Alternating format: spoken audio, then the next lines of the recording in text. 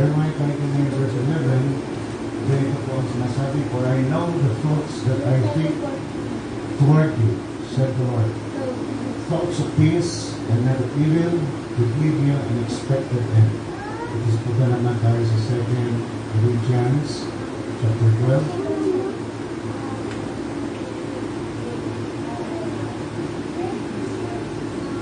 Verse 1.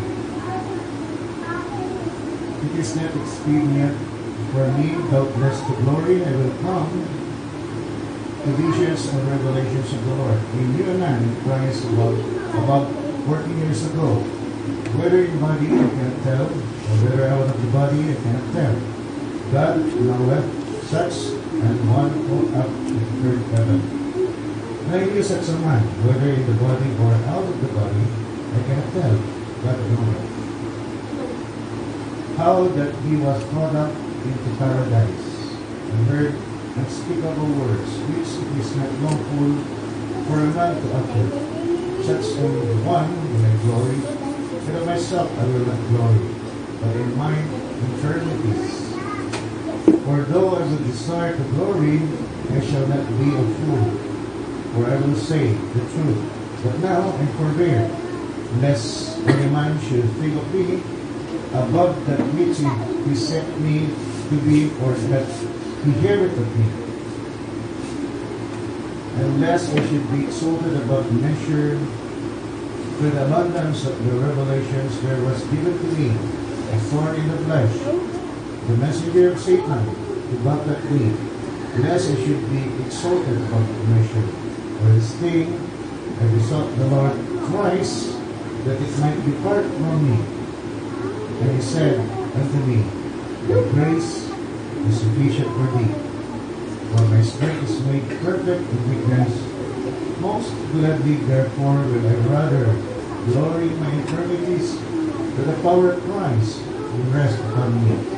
Therefore I take pleasure in infirmities, in reproaches, in necessities, in persecutions, in distress, for Christ's sake. For when I am weak, then am I strong. Purihin ang Panginoon.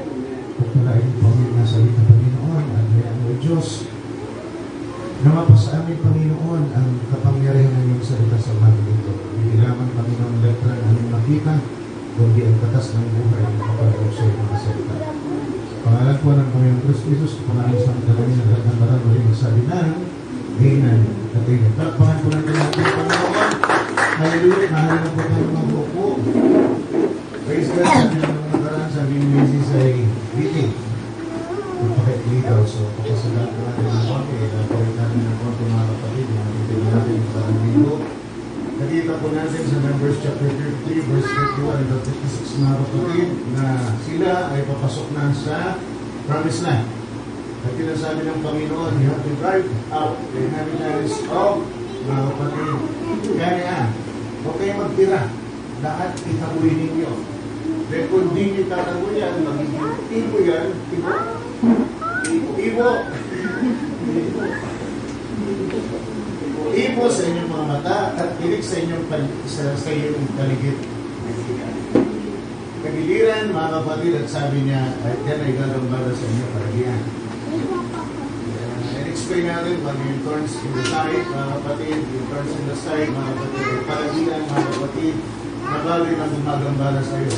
Nakita nyo natin, mga kapatid, yung tibo sa mata, mga kapatid, ang tibo ng isang bee, pag tumama sa iyan, hindi mo na yan mabubunan. Hindi nyo na mabubunan. Kung pinilit yung bunutin niya, mga kapatid, mamamatay niya.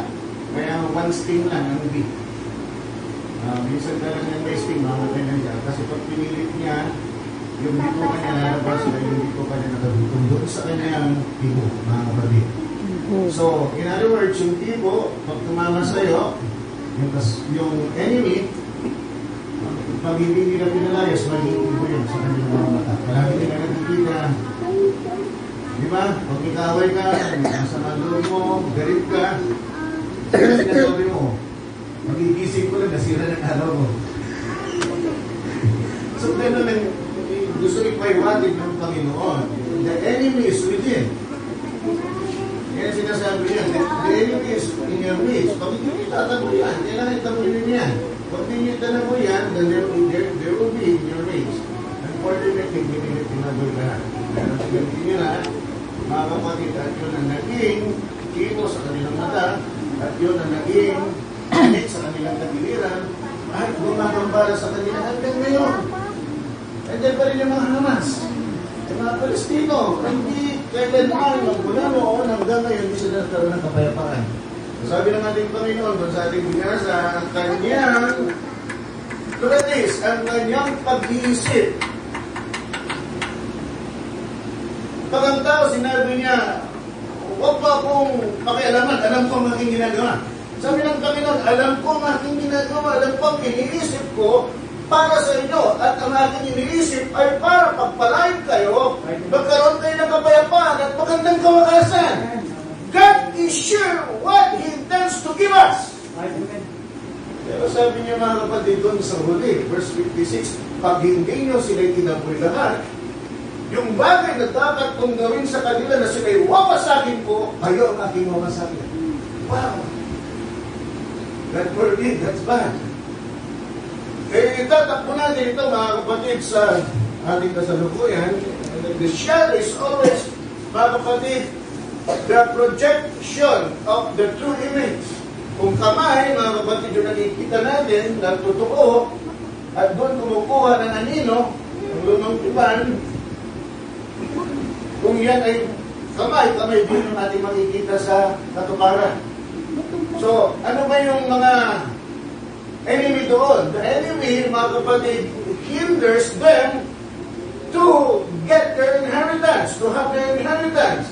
Sila hinahandangan para makuha nila yung kanilang mana. Mga kapatid, kaya kung itatakbo natin ito sa hinaharap, yung fulfillment, mga kapatid, the promised land, mga kapatid, is what? Eternal life. Hallelujah! At kung hindi natin itataboy, who is our enemy? Who is the enemy of eternal life? Sin! Kung hindi natin itataboy ang kasalanan, mga kapatid, magiging timo yan sa ating mata. Palaging ipapakita sa atin, mga kapatid, ang kaaway ng kaaway. Yung bagay na sarap tayo, at yun palagi ang magbibigay sa atin, mga kapatid, ang pagbagsak. At tayo mapapahama. Turns in the flesh on our side. In the form of what? Sickness, mga kapatid. Mga nailangan sa pera, mga kapatid. Sakit, mga kapatid. Problema sa pera. Problema, mga kapatid, sa damdamin. Problema sa pag-ibig. Lahat ng problema magiging turns on your side. Pag hindi mo tinaboy ang kasalanan sa iyong sarili, mga kapatid, sabi naman di ba na nakasulatan? Sa hinarang, yun ang magpapahamak sa'yo. At yun ang palaging mong makikita.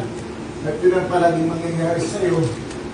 At in the end, sabi ng Diyos, dahil hindi mo yung tinaboy, ang kabayaran ng kasalanan ay kamatayan. You see, hindi nagbabago ang Diyos. Naaaring magbago yung anyo, pero mga kapatid, yung kanyang pamamaraan hindi nagbabago. So ano yung kasalanan na pumipigil sa atin?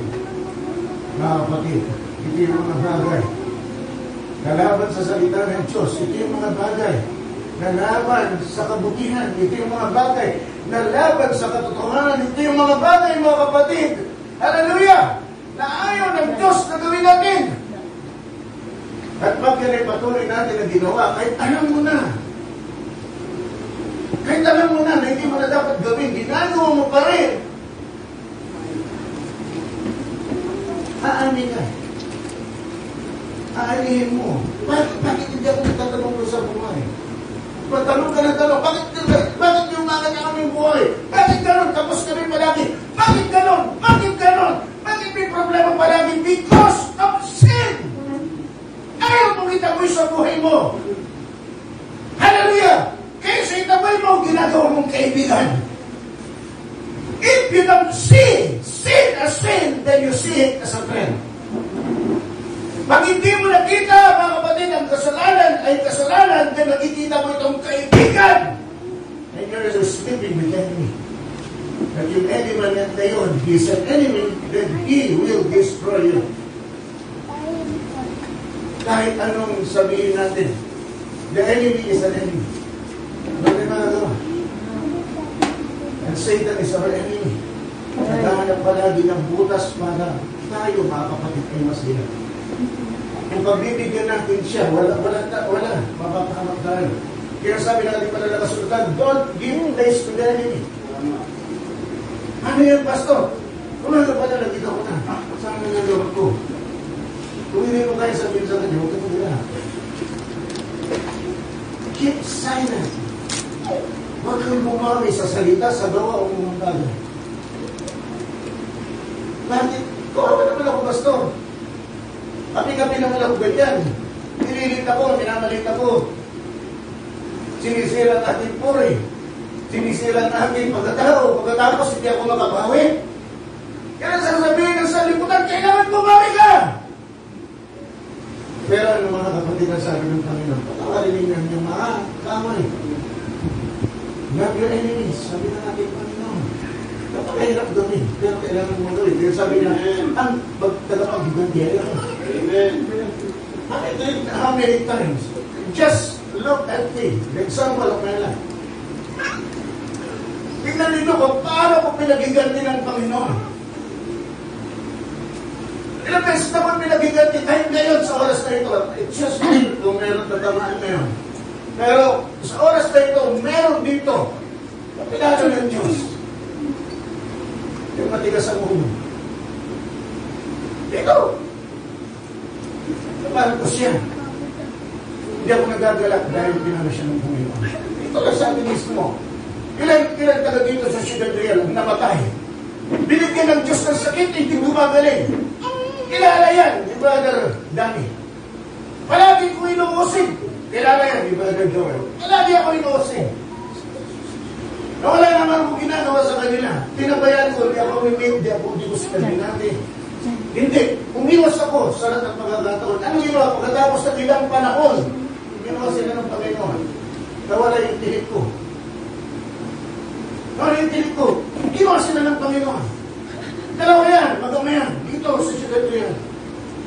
Para sila, ginawa ng Panginoon. Pastor, pinaya ako sa pagdito sa akin, pinapatawad kita, Pastor. Ano, ipapatawad mo sa akin, wala akong nagawa sa iyo. Parang pinalabas mo, hindi naman ako sa ikasamaan. Nung pandemya, namatay. Nagalap ako, hindi ako naghalap. Masama lang ko dahil sinapit yung ganun.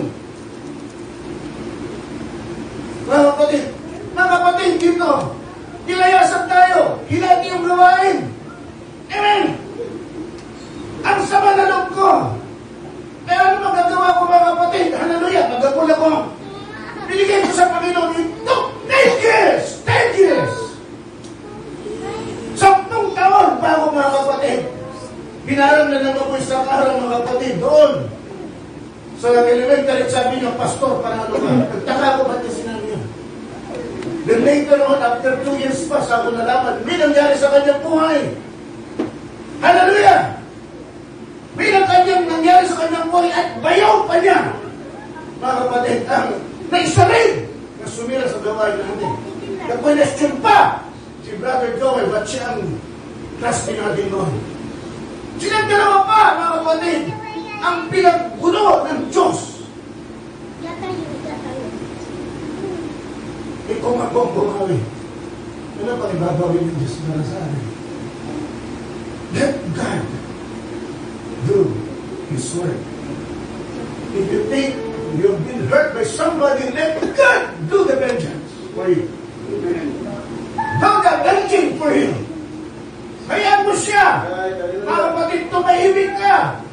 Dahil kung mali siya talaga, hindi lang dahil yun ang nararamdaman mo, yun ang naisip mo, parurusahan niya ng Diyos. Amen. Sa'yo at gusto mo, parurusahan niya ng Diyos. So, ganun ang gawin natin. Tulak natin ang kasalanan, wala tayong kakayanan, dahil mahina tayo sa laman, mga kapatid, but you have to will it. Kailangan naisip mo na yung kasalanan hindi mo natin sa'yo at kung hindi mo kaya, hiligin mo ang tulong ng Diyos. Natulungan ka, nakikita ng Diyos. Gusto mong mawala, pero wala kang kakayanan. Tutulungan ka niya, alisin niya, at hindi niya ibabalin sa'yo ang pagwasak na dapat ay gagawin niya sa kalay mo. Gawin natin. Simple. Sisimple tayo ng konti, mga kapatid.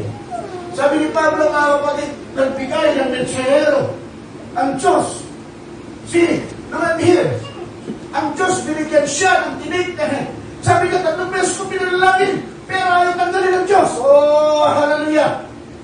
Kung minsan ganun ang nangyayari sa atin, bibigyan tayo ng tinig, mga kapatid. Bagay na nagbibigay ng sakit sa ating puso, damdamin sa ating isipan, kagulubihan, mga kapatid. Hindi natin alam paano kailan. Sabi natin, kung minsan wala naman akong ginagawang kasamahan. Panginoon, bakit ba akong ginaganito? Na parang gusto mo na kung minsan, bumigay na, parang gusto mo na, huminto na sa paglilingkod sa Panginoon. Pero ano sabi ni Pablo, mga kapatid? Hindi! Dahil sa aking kahinaan, siya doon ko nararanasan ang kalakasan. Si Kristo ang ating kalakasan. Siya ang nagbibigay ng sufisyente sa ating buhay. Hallelujah! Sabi yung tinig na yun, pinaliwanag niya sa una, ang taas ng naging revelation.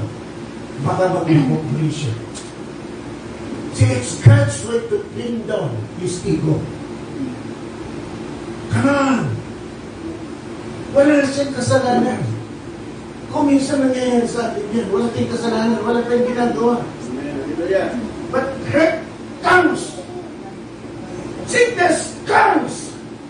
Kakulangan sa pera comes, mga kapatid. Hindi naman tayo nagkukulang sa paglilingkod sa Panginoon.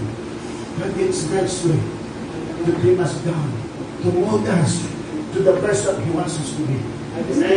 Hindi dahil, mga kapatid, gusto tayo parusan. Remember, yung kanyang sinabi, alam ko!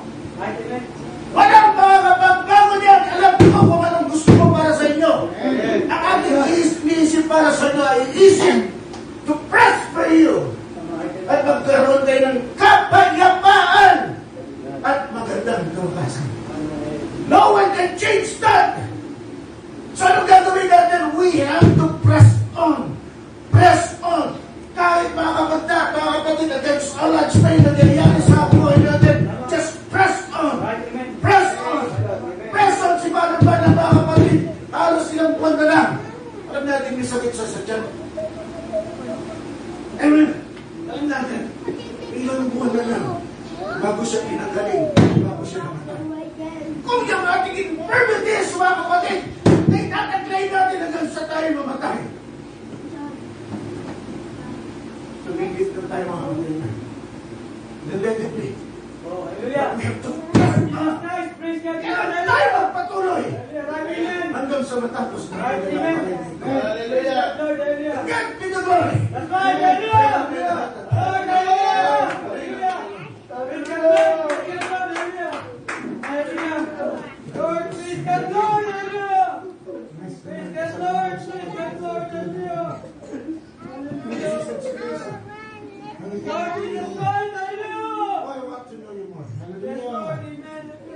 The old one, the old one.